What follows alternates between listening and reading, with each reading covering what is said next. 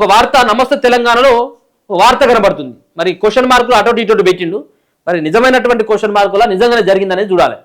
కాంగ్రెస్లో కుంపటి ఫామ్ హౌస్లో భేటీ. ఫామ్ హౌస్ కాంగ్రెస్లో కుంపటి ఫామ్ హౌస్ భేటీ అట. అధికార పార్టీకి ఆగస్టు సంకటం ఉన్నదట. ఈ ఆగస్టు నెలలో ఇబ్బందులు ఉంటాయనేది ఈ వార్త సారాంశం. మొయినాబాద్లో అధికార పార్టీ నేతల రహస్య సమావేశం అట. 2 మంత్రులు 15 నుంచి 18 మంది ఎమ్మెల్యేలు హాజరు. అమ్మ, 2 మంత్రులు 15 నుంచి 18 మంది ఎమ్మెల్యేలు హాజరంటే ఈ 15-18 మంది కనుక పుసుక్కున కాంగ్రెస్ పార్టీని వదిలేసింది అనుకో, కథమే, కొలాప్స్. ఒకవేళ కనుక పోయినట్టయితే మరి సాధారణంగా నమస్తే తెలంగాణ కాబట్టి ఇట్లా రాస్తుంది. మరి ఇలా వాస్తవం ఉందా లేదా అనేది చూడాలి. సమావేశంలో బీసీ మంత్రి పాలమూరు అమర్త్యుడు ఒకరు ఉన్నారట. బీసీ సమావేశంలో బీసీ మంత్రి అంటే అటు కొండా సురేఖ ఆమె బాధలు ఆమె ఉన్నది, ఆమె వచ్చేటువంటి అవకాశం లేదు. పోతే వాకిటి శ్రీహరి అత్యంత సన్నిహితుడిగా పేరున్నది. ఇది వాకిటి శ్రీహరిని ముదిరాజు కోటలో ఆయనకు మంత్రి పదవి రేవంత్ రెడ్డి చదువుతుంటే వచ్చింది అనేది అది ఆయన పోయేటువంటి అవకాశం అయితే లేదు. ఇక బీసీ మంత్రి ఇంకోళ్ళు ఎవరున్నారు? పొన్నం ప్రభాకర్ ఉన్నాడు. పొన్నం ప్రభాకర్ హైదరాబాద్ ఇన్ఛార్జ్ మంత్రిగా కూడా ఉన్నాడు. కాబట్టి పొన్నం ప్రభాకరేనా సరే, పేరైతే రాయలేదు. కానీ సమావేశంలో బీసీ మంత్రి పాలమూరు అమర్త్యుడు ఒకరున్నారట. రాష్ట్రంలో పరిస్థితులు, కాంగ్రెస్ పరిణామాలపై సుదీర్ఘంగా చర్చ. సీఎం కుటుంబం అరాచకాలపై సమావేశంలో నేతల ఆగ్రహం. కొద్ది రోజులుగా పాలనపై అసంతృప్తి వ్యక్తం చేస్తున్న పలువురు. సీఎం రేవంత్ రెడ్డి రాష్ట్రంలో లేని సమయంలో కీలక పరిణామం. విదేశీ పర్యటనకు కుదించుకొని రేవంత్ వెనక్కి వస్తున్నట్టు వార్తలు. ఇక జోడిగా నేను అంటలేను, 3 రోజుల పర్యటనని వీళ్ళు మొత్తం 30 ముక్కలు చేసినట్టే ఉన్నారని. అదే జరుగుతుంది ఏంది? అందుకే విదేశీ పర్యటనను కుదించుకొని రేవంత్ రెడ్డి వెనక్కి వస్తున్నట్టు వార్తలు వస్తున్నాయి కదా. అయితే అదేమో ఇప్పుడు నేను ఆంధ్రజ్యోతిలో ఏం రాసిందంటే రేవంత్ రెడ్డికి అక్కడ ఇంకా అనుమతి రాలేదు. ఇక్కడ చూస్తాం కదా, రేవంత్ అమెరికా పర్యటనకు ఇంకా లభించని కేంద్ర అనుమతి ఉన్నది కదా. మరి ఈ కేంద్ర అనుమతి లేకపోయినట్టయితే ఉంటే ఇక్కడ ఏదో ఆగవాగం అవుతుందని చెప్పి సరికొత్తంగా తెలియదు. గ్రూపులుగా చీలి నేతలు రోడ్డు మీద పడి కొట్టుకుంటున్న రాష్ట్ర కాంగ్రెస్ లో కీలక పరిణామాలు చోటు చేసుకోబోతున్నాయా? ప్రెషర్ కుక్కర్లా ఇన్నాళ్ళు ఒత్తిడికి గురైన నేతలు రేవంత్ పాలనపై తిరుగుబాటు జెండా ఎగరేస్తున్నారా? ముఖ్యమంత్రి రాష్ట్రంలో లేని సమయంలో బాధిత నేతలంతా ఒకటయ్యారా? అసంతృప్త నేతలు ఎమ్మెల్యేల రహస్య భేటీకి మొయినాబాద్లోని ఓ ఫామ్ హౌస్ లో వేదికైందా? పలువురు మంత్రులు కూడా వారికి మద్దతు పలుకుతున్నారా అంటే అవుననే సమాధానమే వస్తున్నది. ఈ మేరకు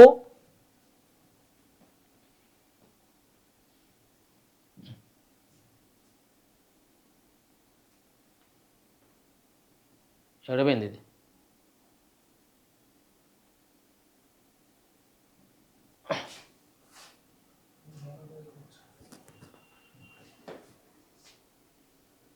రెండో పేజీ ఇచ్చే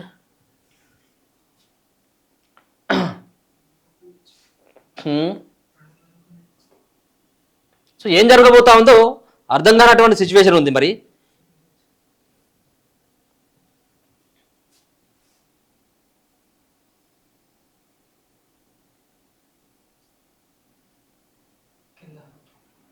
ఇంకేది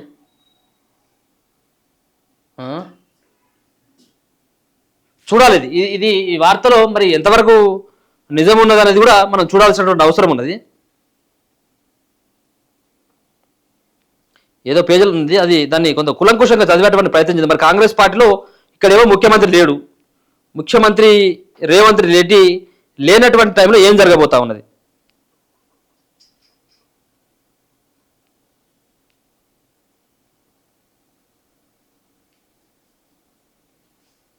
ఒకసారి చూడు, అది వార్త ఎక్కడే ఉందో.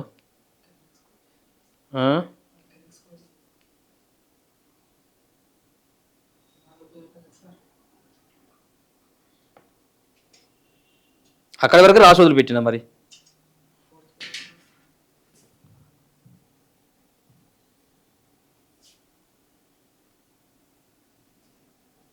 ఎవరెవరు కలిసిళ్ళు, ఎక్కడెక్కడ కలుసుకున్నారు వీళ్ళంతా?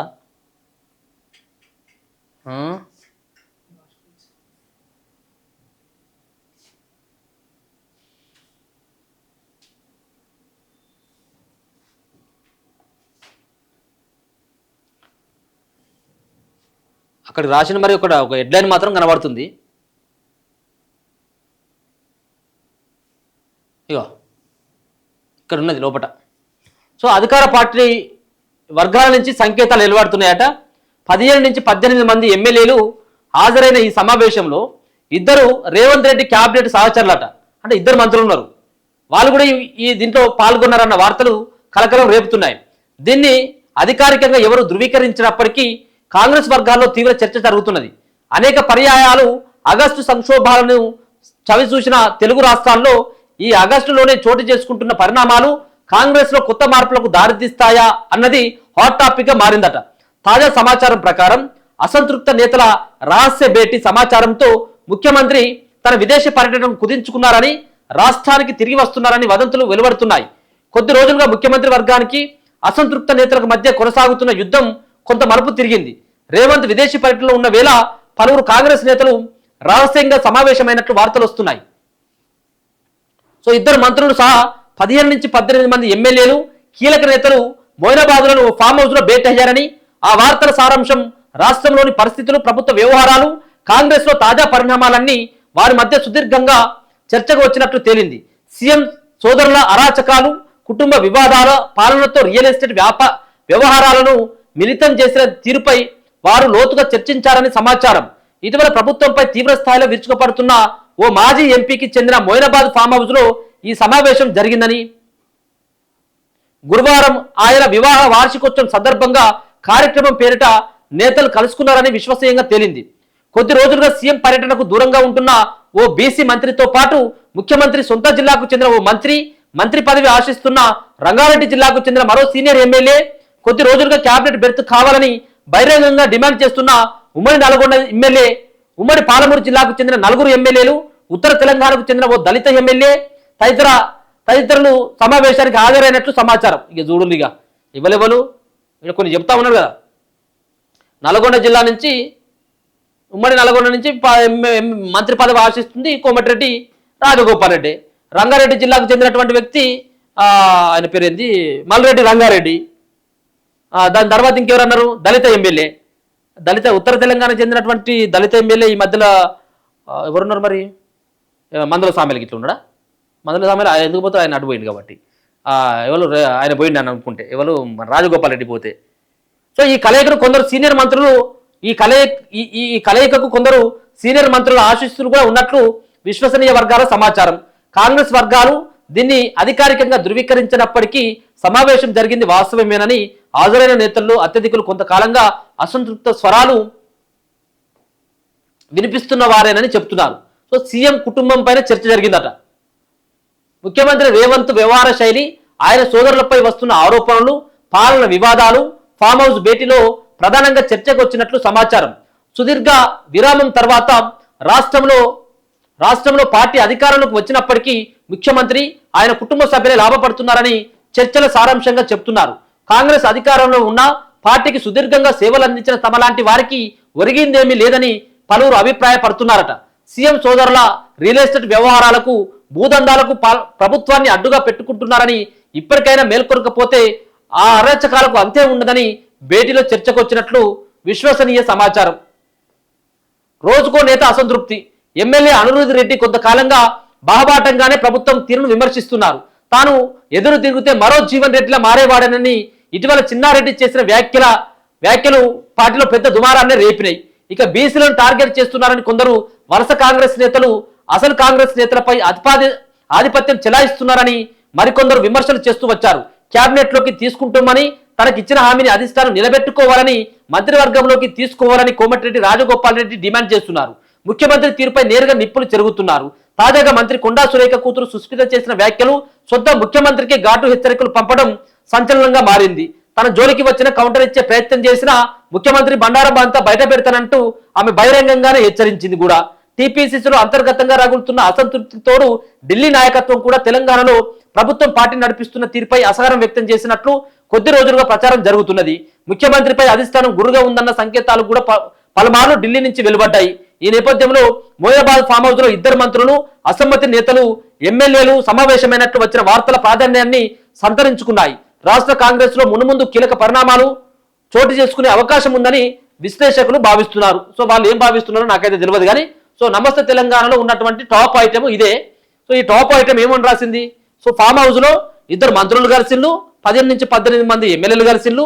సో రేవంత్ రెడ్డి ఈ విషయాన్ని తెలుసుకొని ఆయన ఢిల్లీ నుంచి ఆయన అమెరికా నుంచి నేరుగా ఆయన హైదరాబాద్కి రాబోతా ఉన్నాడు. ఈ పర్యటన లేకపోయినా పర్వాలేదు కానీ ఈ పదవే పోయేటట్టుంది కదా బాబు అని చెప్పేసి ఆయన వెనక్కి వచ్చేటువంటి అవకాశం ఉన్నట్టుగా అని ఒక వార్త అయితే కనబడుతుంది. సో అనిరుద్ధ్ రెడ్డి పార్టీ పైన ముఖ్యమంత్రి తీరు పైన కొంత గురుగా ఉన్నాడు. ఇప్పుడు పేర్లు వచ్చినాయి కదా, అనిరుద్ధ్ రెడ్డి కావచ్చు, కోమటిరెడ్డి రాజగోపాల్ రెడ్డి కావచ్చు, ఇప్పుడు సుస్మిత పాటిల్ చేసినటువంటి వ్యాఖ్యల తర్వాత కొండ సురేఖ కావచ్చు, ఇట్లా చెప్పుకుంటూ పోతే చాలా మంది ఉన్నారు కదా. సో వాళ్ళంతా కూడా వాళ్ళు భేటీ అయినట్టుగా తెలుస్తూ ఉన్నది. సీఎం విదేశీ పర్యటనలో ఉన్న వేళ మొయినాబాద్లో 15 నుంచి 18 మంది కాంగ్రెస్ ఎమ్మెల్యేలు నేతలు సమావేశమయ్యారన్న వార్త సంచలనంగా మారింది. వారిలో 2 క్యాబినెట్ మంత్రులు ఉన్నారట. ఈ భేటీకి మరికొందరు ఆశీస్సులు ఉన్నాయట. రాష్ట్రంలో ఇప్పుడు ఇదే హాట్ టాపిక్. అన్నిటికీ మించి ఇది రాజకీయాల్లో సంక్షోభాలకు అనువైనటువంటి ఆగస్టు నెల అంటే అది కాంగ్రెస్ పార్టీకి కొంత అచ్చొత్త లేదట. ఈ ఆగస్టు నెలలో ఆగమయ్యేటట్టే కనబడుతుంది అనేది ఈ వార్త సారాంశం కనబడతా ఉంది. సీఎం రేవంత్ ఏకపక్ష తీర్పై ఆయన సోదరుల అరాచకాలపై రగిలిపోతున్న అసలు కాంగ్రెస్ నేతలు ఒక్కటవుతున్నట్టు కనిపిస్తున్నది.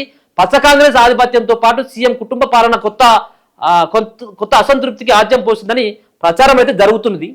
మరి అటువంటి అవకాశం ఉందా అంటే కాంగ్రెస్ పార్టీలో ఏదైనా సాధ్యమే. గ్రూపులుగా విడిపోయి ఏ విధమైనటువంటి పరిణామాలకైనా దారితీస్తాయి. దాంట్లో భాగంగానే వీళ్ళంతా కూడా కలిసి ఉండొచ్చేమో. ఒక పక్కన కొంతమంది ఏమో మంత్రి పదవి రాలేదన్నటువంటి అసంతృప్తి, మరో పక్కన గవర్నమెంట్ ఏర్పడితే మీకు పదవులు ఇస్తామని చెప్పినటువంటి ఈ విధానంలో వాళ్ళకు పదవులు రాకపోవడం కావచ్చు. మరో పక్కన రేవంత్ రెడ్డి యొక్క పోగొడలు నచ్చినటువంటి వ్యక్తులు కావచ్చు, రేవంత్ కుటుంబ సభ్యుల యొక్క పెత్తనం ఎక్కువ కావచ్చు.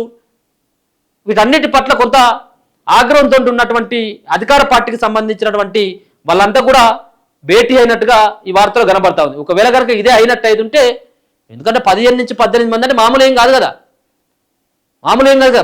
15 మంది పోయినట్టు కథమే, ప్రభుత్వం కుప్పకూలడమే. సో మరి రేవంత్ రెడ్డి ఈ వ్యవహార శైలి నచ్చకనో లేకపోయినట్టయితే వీళ్ళు ఒక భేటీ పెట్టుకొని సో కొన్ని డిమాండ్లని ముంగడ పెట్టేటువంటి అవకాశం కూడా ఉంటుందా, సో ఏదో జరగబోతుందా అనేది కూడా చూడాలి. సో ఆయనే మరి అక్కడికి వెళ్ళినటువంటి వ్యక్తి రేవంత్ రెడ్డి, మరి యూకేకి, అమెరికాకి, ఢిల్లీకి వెళ్ళినటువంటి Revanth Reddy so return back అయినట్టుగా వార్తలు అయితే వస్తారు. రిటర్న్ బ్యాక్ కాబోతా ఉన్నాడని, ఎందుకంటే ఆయన పోయిందే 19వ తారీఖు పోయిండు, 2021 ఆయన పోయింది 2-3 రోజులు అవుతా ఉంది. 2-3 రోజులలో ఈ విధమైనటువంటి పరిణామాలు చేసుకుంటే ఇంకా వారం రోజుల తర్వాత ఎట్లాంటి పరిణామాలు ఉంటాయో తెలియదు. కాబట్టి సో ఆయనే మళ్ళీ వీళ్ళ ఎమ్మెల్యేల భేటీ కావచ్చు, మరో మొయినాబాద్లో భేటీ కావచ్చు, ఇక్కడ కొండా సురేఖ వ్యాఖ్యలు కావచ్చు, ఈ చిన్నారెడ్డి మెగారెడ్డి పంచాయతీ కావచ్చు. సో ఇదంతా కూడా కొంత ఇబ్బందిపరమైనటువంటి పరిస్థితుల్లో పార్టీ ఉంది కాబట్టి వచ్చినా కానీ మనం ఆశ్చర్యపోనవసరం లేదు.